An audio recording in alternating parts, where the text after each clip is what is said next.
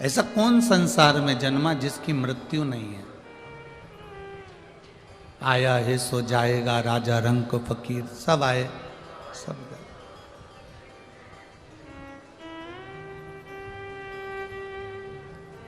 मेरे देवादिदेव महादेव ने माता सती जी को यही कहा, सती को समझाया। जब माता सती ने अपने प्राणों को छोड़ दिया यज्ञ के कुंड के अंदर, यज्ञ की अग्नि के अंदर, शिवजी को थोड़ा सा बुरा लगा। कोई धर्म का कार्य हो रहा हो, अच्छा काम हो रहा हो, और उसमें तुम बीच में अग्नि में कूद जाओ, ये अच्छी बात थोड़ी ना। अब अपने अमरावती में इतना बड़ा धर्म का आयोजन हो रहा है,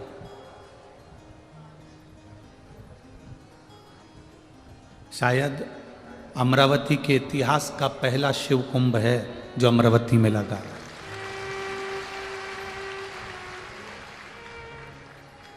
लोगों को यहाँ से निकलने में कम से कम 2 से 3 घंटे लग जाते हैं, केवल यहाँ से निकलने में। इतने भक्तों का सैलाब, जो टीवी पर सुन रहे होंगे, आस्था चैनल पर सुन रहे होंगे, फेसबुक यूट्यूब पर सुन रहे होंगे, वो इस भक्तों के सैलाब को, शिव भक्तों के इन सैलाब को देख रहे होंगे। इतना बड़ा धार्मिक आयोजन जैसे अपने नगर में हो रहा है, राजा दक्ष प्रजापति के यहाँ भी एक यज्ञ हो रहा था, बड़ा आयोजन हो रहा था। और इतने बड़े आयोजन में सती मैया उस अग्नि में कूद कर मर जाएं, प्राण छोड़ दें, तो अच्छा लगेगा क्या भगवान शिव को?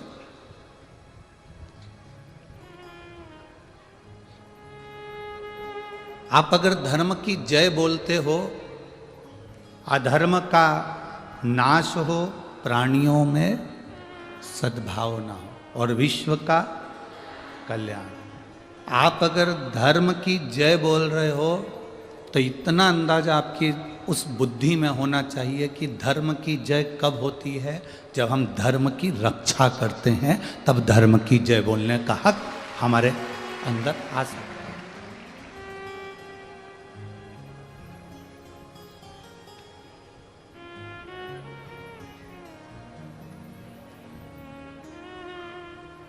तब धर्म की जय बोलने का हक हमारे भीतर आ सकता है। अब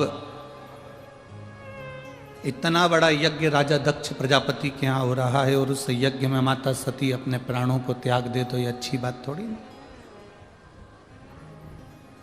इतना बड़ा यज्ञ अमरावती की माँ अम्बा की इस पवित्र भूमि पर हो रहा हो, इतनी बड़ी शिव महापुराण, उसमें उसकी श्रेष्ठता नहीं बनती, उसमें उसका एक आनंद नहीं बनता।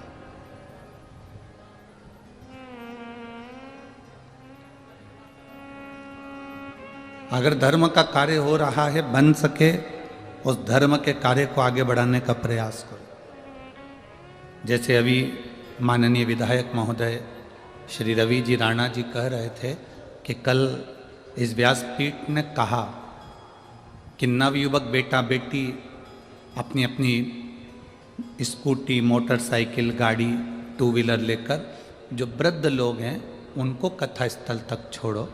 और आज वास्तव में हमको भी प्रसन्नता है कि हम आ रहे थे तो बुजुर्ग महिलाओं को और पुरुषों को लोग यहाँ तक छोड़ रहे हैं।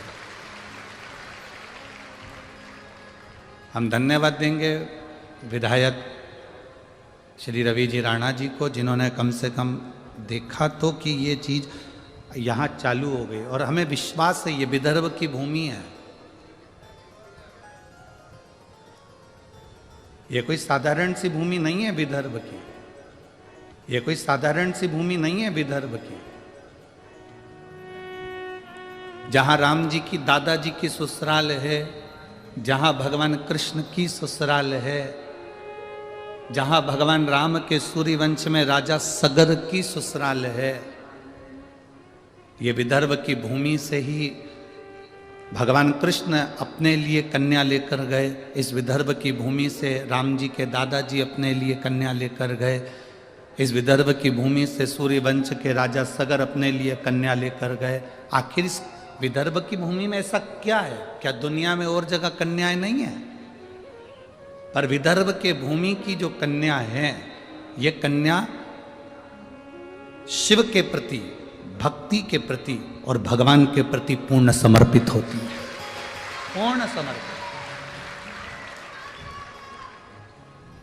इनके भीतर जो भाव है भगवान के चरणारविंद के प्रति,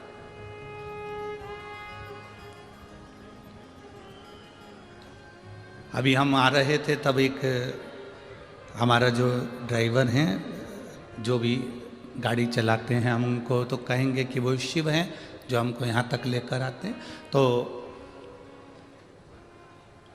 वो गाड़ी का हॉर्न दे रहे थे और एक लड़की 2-3 बुजुर्ग महिलाओं को अपनी गाड़ी पर बिठा रही थी। जिनके हाथ कांप रहे थे उनको अपनी गाड़ी पर बिठाकर एक लड़की लेकर जा रही थी। उसके पास में एक महिला खड़ी थी। उस महिला ने उस लड़की की पीठ को थपथपाया, कहा, बेटी ये मेरी सास है, जिद पकड़ कर बैठी थी कि अपने नगर में कथा हो रही है, एक बार मुझे बस दर्शन करा ला। हमने कहा सियोर वाले महाराज का दर्शन नहीं होगा, तो मेरी सास कह रही थी तू चल तो सरी, नहीं होगा तो उस भूमि को हम प्रणाम कर लेंगे, कंकर शंकर को नमन कर लेंगे, पर हमें लेकर तो चल। बेटी को धन्यवाद इसलिए दिया क्योंकि हमारा ड्राइवर हॉर्न बजा रहा था और उसने पीछे पलट कर देखा, और बुजुर्ग महिला ने पीछे पलट कर देखा तो बेटी को और थपथपा कर कहा, मेरे दोनों काम हो गए, दोनों काम हो गए। अब इतना विश्वास इस विदर्भ की भूमि पर है, लोगों का भाव बड़ा शुभ, बहुत